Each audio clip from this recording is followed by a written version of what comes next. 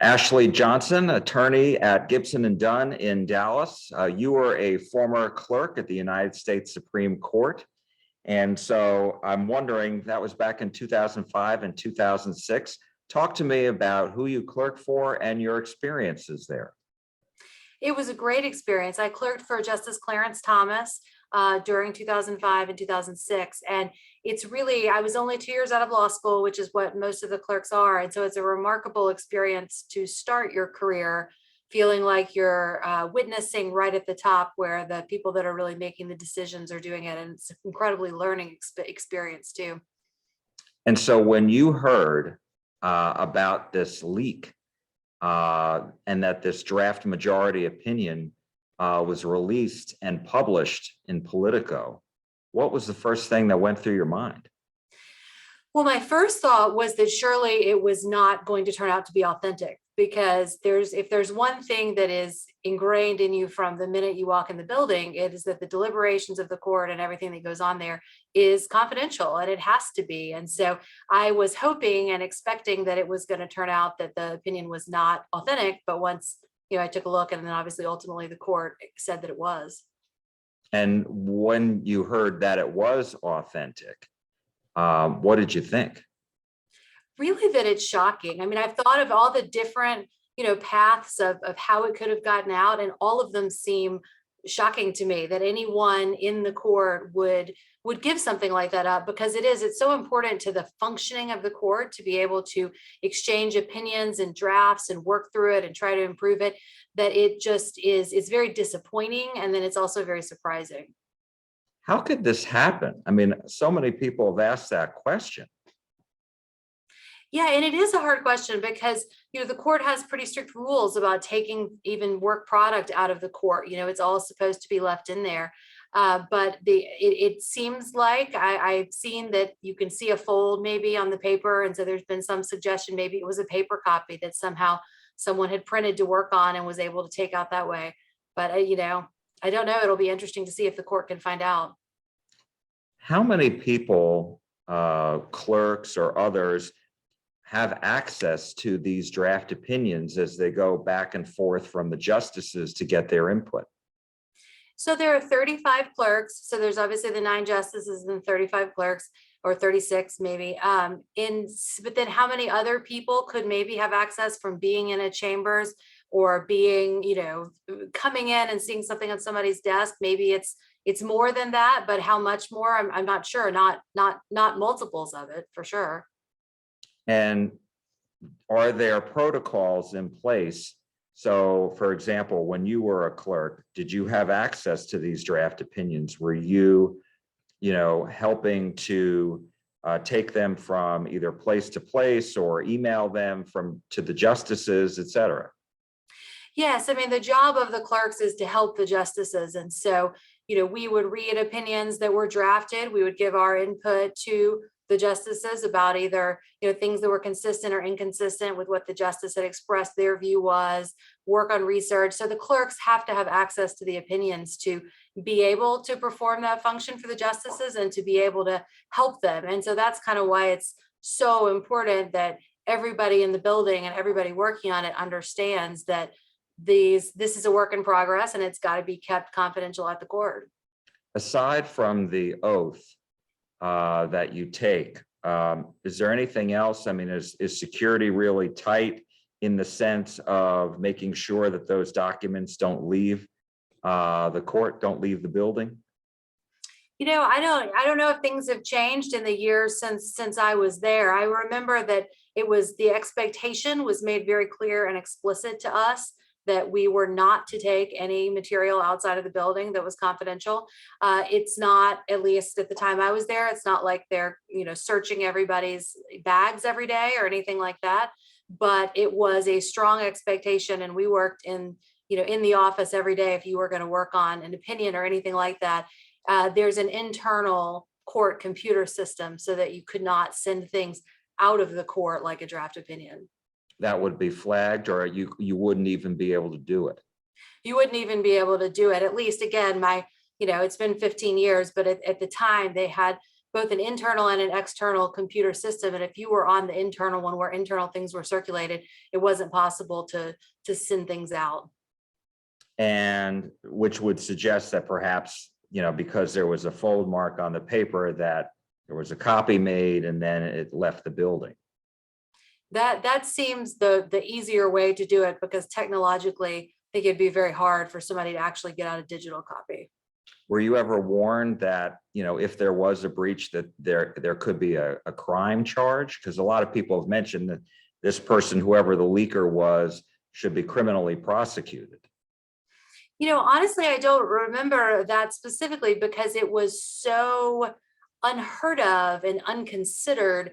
Like when we talked about confidentiality, people are more focused on small things, right? Don't even talk about any deliberation about an opinion or any view a justice has about an opinion. I would never have contemplated that anyone would even consider sending a draft opinion outside of the court. And so I don't think that it ever got to the point of here's all the consequences for that, because it was so obviously something that no one would ever consider doing, that they reiterated that, and everybody, of course, immediately acknowledged that was the rule, and that makes sense. I guess it would be considered career suicide. It wouldn't be good for your career, particularly because the law is a profession in which confidentiality is extraordinarily important, and it's extraordinarily important for your entire career. And so to be starting off in your career and having a breach of confidentiality of this size is very hard to reconcile with being a practicing attorney who is going to have the proper respect for the confidentiality of all sorts of proceedings and attorney-client relationships. What impact do you think this will have on the short term and the long term on the operation of the Supreme Court? I've thought about that a lot. And my hope would be that they can figure out what happened and how it happened, and find a way to prevent it from happening again. My biggest hope would be that it turns out that there was not a willful breach of confidentiality by somebody employed by the court, but maybe somehow, there was somebody visiting or something that could be, you could lock down on and prevent from happening again without losing trust within the court. I think if it does turn out that it was, a law clerk or a justice or another employee of the court, I'm not sure that the court could ever get away from, the bottom line is they have to circulate draft opinions, they have to be reviewed, but the court may have to consider if there's any other ways to prevent people, limit the distribution of them, right? Or further lock it down. And that would be a shame to the extent that it decreases or diminishes the ability of the justices and their clerks to collaborate and discuss and reach the right answer. And let me ask you, as far as just the atmosphere when you were there, you said there were about 36 clerks, and you were among them. What's it like? I mean, was there this sense of, wow, we are really blessed and fortunate to have this role, to be at the nation's highest court? I mean, was it kind of a club, but not necessarily a club in the country club sense, but a club of, wow, we have this privilege? It was. I mean, I think that everyone who clerks at the Supreme Court, I hope, feels the good fortune. They realize the good fortune that they've had, and what an honor it is to even be in the building and be able to learn from the justices. And so the justices, the justices would interact with the clerks of other chambers. The clerks would interact among ourselves, have gatherings, or collaborate on cases. If you had a difficult case, the clerks may get together and discuss it. And so it's really a unique environment in terms of just the collegiality, and the sense in which everybody is working together to get, they're not always going to agree, but to get to, where everybody has really gone through all the issues, debated them, been heard. And it's really a unique place in how well it is able to do that and how collegial the court is. So that would obviously be the biggest thing you would hate to see the breach of confidentiality cause harm to. What impact do you think that will have on the trust that each of the clerks has for one another, and also the justices? I think the impact that it'll have may depend on what turns out happened. I think that if you end up in a situation where a clerk leaked an opinion in order to try to influence the opinion, that seems like it would inevitably affect the extent to which justices can trust their clerks and trust other clerks. I would hope that it turns out that there was not a willful breach by an employee, but if there was, that it's necessarily going to be something that justices and other clerks have in their minds as they're thinking about sharing information. I spoke with a SMU constitutional law professor earlier in the week who clerked for the Fifth Circuit, the U.S. Court of Appeals in New Orleans. And he said, unfortunately, this was a public relations disaster for the Supreme Court. Do you agree? I'm not sure that I immediately see as a public relations disaster. I think it's more a risk to both the proper functioning of the court and maybe this is what they mean by public relations, but maybe to the confidence of people in the process and having, I think it's very good for the court for the deliberations to occur internally and then have a release that is final, that is agreed on, where everybody has signed on. I think that is good for the public's access or I guess perception of the court. And so in that sense, it is harmful to the process of seeing a decision, a reasoned decision come out. I don't know if I would say a public relations disaster though, because I would be more focused on the internal relationship and the internal challenge that it presents to the court if it becomes a situation where it's hard to share opinions without them being leaked. What changes do you see coming out of this, if any at all? Obviously, if it turned out there was a technological reason the opinion got out, I'm sure they would try to fix that.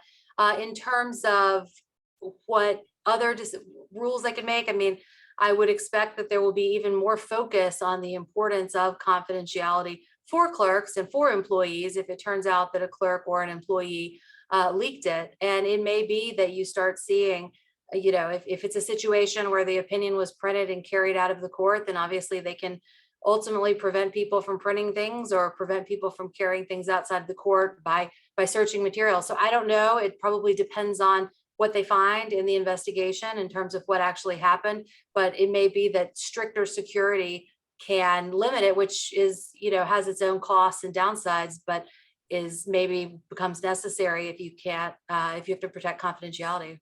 Is there anything that could be good that comes out of this?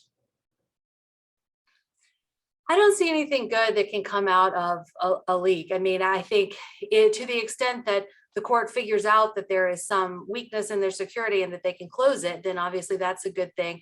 But in general, I see no positives for the court or honestly for the country from this sort of breach into the deliberative process and the court's processes. Ashely Johnson, attorney at Gibson and Dunn in Dallas and a former clerk at the United States Supreme Court. Thank you so much. We really appreciate your time and your insight. Absolutely. Thank you.